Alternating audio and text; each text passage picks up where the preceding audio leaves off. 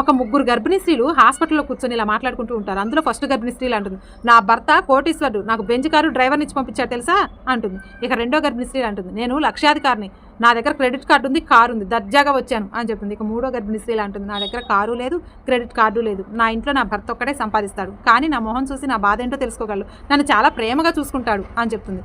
అప్పుడు వీళ్ళిద్దరూ కూడా పక్కున్నవి డబ్బులు లేని వాళ్ళే ఇలాంటి ముచ్చట్లు చెప్తారు అని ఎగతాళి చేస్తారు తన్నే. ఇక ముగ్గురు కూడా వాళ్ళ చెకప్ అయిపోయిన తర్వాత బయటికి వెళ్దామని ముగ్గురు బయటికి రాగానే డ్రైవరు కారులో వెయిట్ చేస్తూ ఉంటాడు. ఇక నెక్స్ట్ ఇంకో కారులో ఈమె వెళ్ళి కూర్చొని డ్రైవ్ చేసుకుంటూ వెళ్ళాలి. ఇక మూడో వైఫ్ కోసం తన భర్త పాత స్కూటర్ వేసుకొని వస్తాడు. వచ్చి, ఎందుకు ఇలా ఎండలో నిలబడ్డావు, నీ ఆరోగ్యం ఏమైపోతుంది, తపనగా ఉందా అని వాటర్ బాటిల్ తీసుకొని వచ్చి, దాహంగా ఉందా, తాగు తాగు అని వాటర్ తాపించి ఇలా తల నిమురుతూ చాలా ప్రేమగా దగ్గర తీసుకొని జాగ్రత్తగా స్కూటర్ వెక్కించుకొని ప్రేమగా మాట్లాడుతూ నవ్వుకుంటూ ఇద్దరు కలిసి వెళ్ళిపోతారు.